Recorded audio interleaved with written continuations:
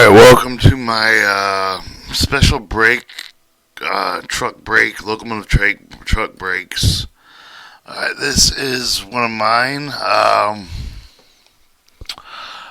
What it has is, it's got bolster springs, but they're attached to the gear mechanism.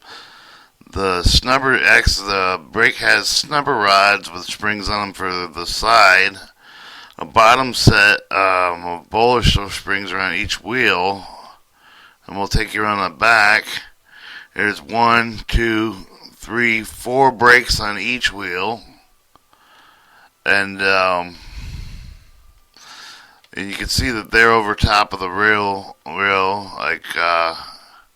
There's where the snubber springs are in these blue circles here.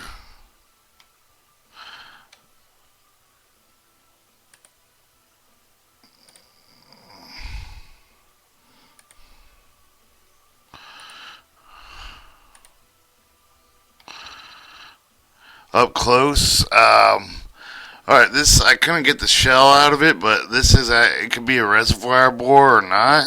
So these are pistons on the sides, and they have, as you can see right here, the highlighted circle there, that's where you put your hairpin in there to hold the brake. What's neat about this truck is you have bolster springs incorporated with each wheel. You have snubber springs. And if you had a wrench here, you could wrench it down to the bottom of the wheel and it would act as a choke. So it's you got 4 brake pads per wheel, bolster springs incorporated with the brakes, snubber springs, and the option to wheel choke each wheel. And in this, the red, the orange is lighting up. That could be reservoir pressure or oil reservoir. As you can see, that's the only face missing. That will show the inside there. So you have your snubber springs, bolster springs incorporated with the brake. Basically, there's a little bit of travel up and down here on the piston, so it compresses and presses on the wheel, for each one. So that's one bolster spring, and then we'll go to the next one. And I did this one. This is kind of, I nicknamed it the cigar cutter.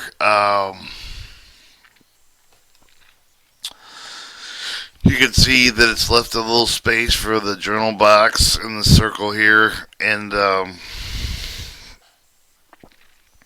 has 2 springs that go inside the shaft here. And then there's a brake cylinder right here that presses and compresses the strings, and then so it pinches like a cigar cutter. And we're going to take a look at the inside here. So basically, here is your gear. Here, over here, like you can see the square right here. The square, that's for your hairpin. You can see the extrude cut. And then over here you have another extrude cut for that piston brake, and then we'll go back to fully automatic. And this is the back. You can see the springs. There's the brake. There's the brake. And then we'll flip to the front from the side view. I tried to make these short as possible. That way you can have room for the brake journal without extending the joist too far. And you can see there's two pieces here, like to the cigar cutter brake style configuration. And we're going to go back to the front view real quick. So that's one type of wheel. You're getting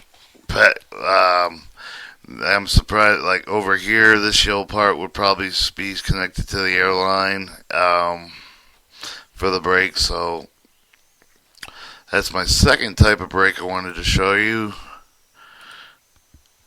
This is my third type of brake.